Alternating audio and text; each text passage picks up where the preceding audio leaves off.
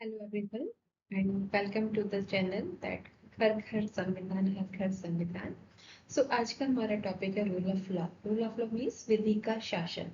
जब हम बात कर रहे हैं टॉपिक की तो हम नाम से ही समझ सकते हैं कि हम आज क्या डिस्कस करने जा रहे हैं कि जब भी हमारी कंट्री की गवर्नमेंट रन कर रही है, जब भी हमारी कंट्री पर शासन रन कर रहा है गवर्नमेंट का, तो कैसा शासन होना चाहिए? विधि का शासन होना चाहिए, लॉ का शासन होना चाहिए, लॉ का रूल होना चाहिए।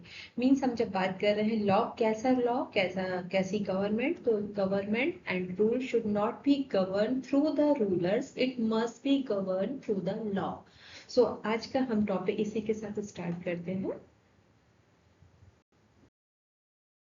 The principle of the rule of law has been derived from the French phrase "lee principle de legalite", means principle of legality।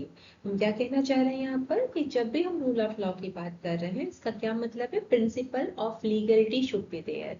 Law should have the certain dominancy, law should have the supremacy. जो भी कुछ govern होगा वो कहाँ से govern होगा? Law से govern होगा। मीन्स हम क्या कहना चाह रहे हैं? Rule should be subjected to the law rather than law subject to the government. Means हमारा flow of principle, flow of rule कहाँ से होना चाहिए? लॉ से होना चाहिए। क्योंकि यदि हम कहेंगे लॉ कहाँ से आ रहा है, रूल कहाँ से बन रहा है, गवर्नमेंट बना रही है, रूलर्स बना रहे हैं, तो कैसा हो सकता है? आर्बिट्रीनेस आ सकती है। यदि आर्बिट्रीनेस आएगी तो ऑफ कोर्स हम सबको इक्वलिटी के साथ में ट्रीट नहीं कर सकते। इक्वलिटी तो एस्टेब्लिश नहीं कर सकती, लॉ तो एस्टेब्लिश नहीं कर सकता। आर्बिट्रीनेस जहाँ डिस्क्रिशनरी पावर वहाँ आर्बिट्रीनेस, और जहाँ आर्बिट्रीनेस वहाँ पर एब्सेंस ऑफ लॉज। तो हम जब भी बात कर रहे हैं लॉ कैसा होना चाहिए, गवर्नमेंट कैसी होनी चाहिए, प्रिंसिपल ऑफ लीगलिटी होना चाहिए। Law must have the dominancy, law should prevail. यदि हम सेकंड कंपोनेंट देखें तो हमें क्या मिलता है? ब्लैक लॉ डिक्शनरी में रूल ऑफ लॉ को डिफाइन किया गया है। तो ब्लैक लॉ डिक्शनरी क्या कह रही है? What is the meaning of the rule of law? It means supremacy of law. means if there is the supremacy of law, means if law is going to be prevail। Law को यदि हमने सब कुछ command दे दिया है तो obviously है, understood सी बात है, सब कुछ कंट्रोल में रहेगा। क्योंकि अथॉरिटीज भी लॉ के अकॉर्डिंगली जब काम कर रही हैं तो वो अपनी आर्बिट्रीनेस को यूज नहीं कर पाएंगी और सबको इक्वल जस्टिस हमारे कंट्री में मिल सकता है। Sir Edward Coke rule of law को डिफाइन करते हुए कहते हैं कि यदि मैं रूल ऑफ लॉ को सिंपल वे में समझाना चाहूँ according to Edward Coke sir, तो उन्होंने कहा कि सबसे पहले rule of law it means absence of arbitrary power on the part of the government होना चाहिए। मींस गवर्नमेंट जो है वो अपनी आर्बिट्रीनेस से काम नहीं कर सकती। अभी मैंने जैसे ब्लैक लॉ डिक्शनरी के रेस्पेक्ट में समझा कि मैंने कहा आर्बिट्रीनेस है, इसका मतलब लॉ तो वहां होगा ही नहीं। यदि कोई गवर्नमेंट, यदि कोई रूलर्स अपनी डिस्क्रिशनरी पावर से ही काम करना शुरू कर दे तो फिर जैसे काम करना चाहेंगे वैसे करेंगे, आर्बिट्रीनेस से करेंगे।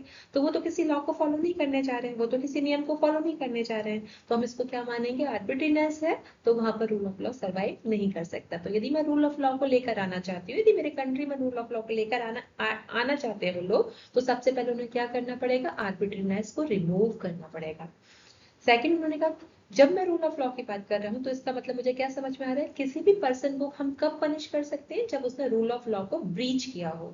मीन्स वायलेशन यदि लॉ का हुआ है, यदि ब्रीच यदि लॉ का हुआ है, तभी किसी पर्सन को पनिश किया जा सकता है। अगेन हम क्या कर रहे हैं? हम आर्बिट्रीनेस को प्रोहिबिट कर रहे हैं, हम यहाँ पर आर्बिट्रीनेस को अंकुश लगा रहे हैं। ऐसा नहीं है भाई कि रूलर जिसको चाहे उसको पकड़ के जेल में डाल दो।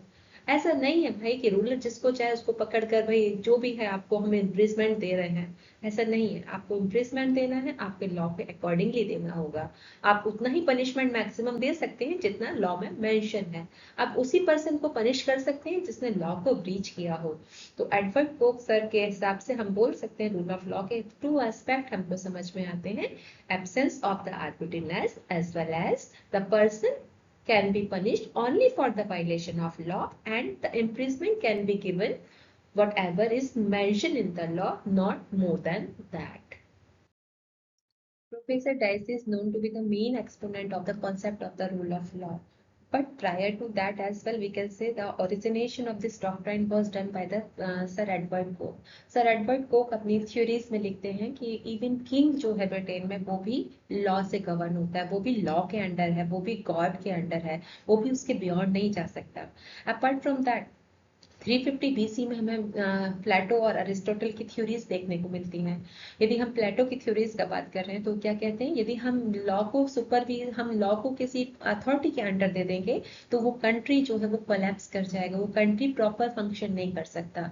और यदि इसकी कंट्राडिक्शन में यदि हम लॉ को कमांड दे दें तो उस सिटी कंट्री के जो सिटीजन है वो अपनी फ्रीडम को फुल्ली एंजॉय कर सकते हैं। तो यदि हम इस आइडियोलॉजी के साथ जा रहे हैं तो हम क्या कह रहे हैं कि सर प्लेटो भी क्या बात करना चाह रहे हैं कि वो रूल ऑफ लॉ के कॉन्सेप्ट को बारे में बात कर रहे हैं। वो कह रहे हैं कि किसी भी कंट्री में जब गवर्नमेंट है उसको कैसे रन करना चाहिए, रूल ऑफ लॉ के अकॉर्डिंगली रन करना चाहिए। इस तरह से सर अरिस्टोटल बात करते हैं law should govern and those who are there in the power they must act as a servant. तो सर अरिस्टोटल भी यही समझाना चाह रहे हैं कि सुप्रीमेसी किसका होना चाहिए, लॉ का होना चाहिए। और जितने भी पर्सन है जो उसको एग्जीक्यूट कराने की कैपेबिलिटी रखते हैं, जो उसको एनफोर्स कराने की कैपेबिलिटी रखते हैं, उन्हें सर्वेंट ऑफ लॉ की तरह एक्ट करना चाहिए। तो यदि मैं प्लेटो और अरिस्टोटल के बारे में यहाँ पर उनकी थ्योरीज का एसेस देना चाहूंगी तो मैं क्या कहूंगी, सुपरमेसी ऑफ लॉ को एस्टेब्लिश करने की बात की गई है, इक्वलिटी बिफोर लॉ को एस्टेब्लिश करने की बात की गई है। साथ ही साथ बात की गई है कि arbitrariness should not be there, discretionary power should not be there. If it is so, we can say in the country rule of law principle is going to be established. इसके बाद 1885 में प्रोफेसर डाइसी अपनी book में law and constitution में rule of law के principal के बारे में बात करते हैं। जब डाइसी अपने रूल ऑफ लॉ के प्रिंसिपल को समझा रहे हैं, रूल ऑफ लॉ के कॉन्सेप्ट को समझा रहे हैं, तो कहते हैं कि किसी भी कंट्री में रूल ऑफ लॉ के आइडेंटिफिकेशन के लिए हमें 3 प्रिंसिपल्स को ध्यान में रखना चाहिए। 3 principle, supremacy of law should be there, equality before law should be there, as well as predominance of legal spirit. So ये 3 प्रिंसिपल हम 3 पिलर के फॉर्म में समझ सकते हैं जो डाइसी के रूल ऑफ लॉ के कॉन्सेप्ट के बारे में इलोबरेशन देते हैं। फर्स्ट प्रिंसिपल की बात कर रहे हैं, सुप्रीमेसी ऑफ लॉ की बात कर रहे हैं, तो इसका मतलब क्या है। हम लोग कह सकते हैं कि यदि हम सुप्रीमेसी ऑफ लॉ को मेंटेन करने की बात करें तो इसका मतलब हम कहना चाह रहे हैं कि जब भी रूल लॉ का होगा तो जितना भी पर्सन है, जितना भी सिंपल सिटीजन है या वो पर्सन जो लॉ को एडमिनिस्टर कर रहे हैं, सभी के सभी किससे गवर्न होंगे, लॉ से गवर्न होंगे। ऐसा नहीं है कि भाई लॉ हमने जनरल पर्सन के लिए तो एक लॉ बनाकर रख दिया है, वो उससे गवर्न हो रहे हैं, लेकिन जो एडमिनिस्ट्रेशन में है वो उस लॉ को मान ही नहीं रहे हैं, वो तो उससे गवर्न ही नहीं हो रहे हैं। नहीं भाई, ऐसा नहीं है। जब हम बात कर रहे हैं कंट्री में रूल ऑफ लॉ है तो रूलिंग किसकी होगी, लॉ की होगी, ना कि रूलर्स की होगी। हमने कहा सेकंड एस्पेक्ट यहाँ पर हम समझना चाहे तो हम कह सकते हैं कि जब भी किसी पर्सन को पनिश किया जा रहा है तो किस चीज के लिए पनिश किया जाएगा, ब्रीच ऑफ लॉ के लिए पनिश किया जाएगा। ऐसा नहीं है भाई जिसको मन किया उसको पनिश कर दिया। भाई काहे पनिश कर रहे हैं, क्यों पनिश कर रहे हैं आप किसी पर्सन को, उसने कोई वायलेशन किया है, उसने ब्रीच किया है। यदि ब्रीच किया है, वायलेशन किया है लॉ का, आप पनिश कीजिए। कितना पनिशमेंट होना चाहिए भाई, उसके लिए भी हम क्या फॉलो करेंगे, रूल में क्या लिखा है, लॉ में क्या लिखा है भाई। हमने कहा भाई थेफ्ट कमिट किया है तो क्या हम उसको लाइफ इम्प्रिजमेंट दे देंगे, नहीं भाई, हम उतना ही पनिशमेंट देंगे जितना लॉ में प्रिस्क्राइब है। तो हम बात कर रहे हैं ruling of supremacy of law की, तो हम यहाँ 2 फैक्टर लेकर चल रहे हैं। सबसे पहले whenever there is a supremacy of law we are saying there must be the ruling of the law, not the rulers. Secondly, if we are going to punish any person, the person must be punished only for the violation of the law, only for the breach of law, nothing more than that. What should be the imprisonment, what should be the punishment, it is also depending on the what type of offense has been committed and what was the prescribed punishment for that. किसी भी person को हम उससे ज्यादा punish नहीं कर सकते। Dicey कहते हैं जब भी हम बात कर रहे हैं रूल ऑफ लॉ की, वहां पर डिस्क्रिशन का कोई प्लेस नहीं है। यदि जहां डिस्क्रिशन आ जाएगा वहां आर्बिट्रीनेस आ जाएगी। तो जब भी कोई अथॉरिटी है जिसके ऊपर ऑब्लिगेशन है कंट्री को रन करने का, शासन को रन करने का, गवर्नमेंट को रन करने का, तो वो अपने डिस्क्रिशन से रन नहीं कर सकता। वो उसको क्या फॉलो करना जरूरी है, लॉ को फॉलो करना जरूरी है। क्योंकि डिस्क्रिशन किस में कन्वर्ट हो जाती है, आर्बिट्रीनेस में। और जहां आर्बिट्रीनेस रहेगी वहां हम जनरल सिटीजन की फ्रीडम को, जनरल सिटीजन की डिग्निटी को प्रोटेक्ट नहीं कर सकते। सेकंड इंपॉर्टेंट पिलर हमारा आता है रूल ऑफ लॉ का, इक्वलिटी बिफोर लॉ। अब इक्वलिटी बिफोर लॉ से क्या मतलब है, लॉ के सामने सब इक्वल है। Means whatever status, whatever position you are having, it will be the irrespective in front of the law. Law सबके लिए एक होगा भाई, सभी, चाहे वो एक नॉर्मल सिटीजन हो, चाहे एक एडमिनिस्ट्रेटिव हो, चाहे एक हाई रैंक का पर्सन हो, सभी ऑर्डिनरी लॉ ऑफ लैंड से ट्रीट किए जाएंगे, सभी के ऊपर इक्वल लॉ एप्लीकेबल होगा, और सभी के साथ कोर्ट जो होगा, सभी ऑर्डिनरी कोर्ट पे सबका जुरिस्डिक्शन रहेगा, मींस ट्रायल भी एक ही कोर्ट में चलाया जाएगा। ऐसा नहीं है भाई कि एक पर्सन के लिए हम एक लॉ लेकर आ रहे हैं, एक पर्सन के लिए हम एक सेट ऑफ कोर्ट लेकर आ रहे हैं, दूसरे पर्सन के लिए यदि उसका रैंक अलग है तो उसका पोजीशन अलग है तो उसके लिए हम दूसरा लॉ लेकर आ रहे हैं, दूसरी कोर्ट लेकर आ रहे हैं। नहीं भाई, रूल ऑफ लॉ क्या कहता है? In front of the law, before the law, every person is going to be treated equally. Whatever rank you are having, whatever position you are having, whatever cadre you are having, law is not going to bother that.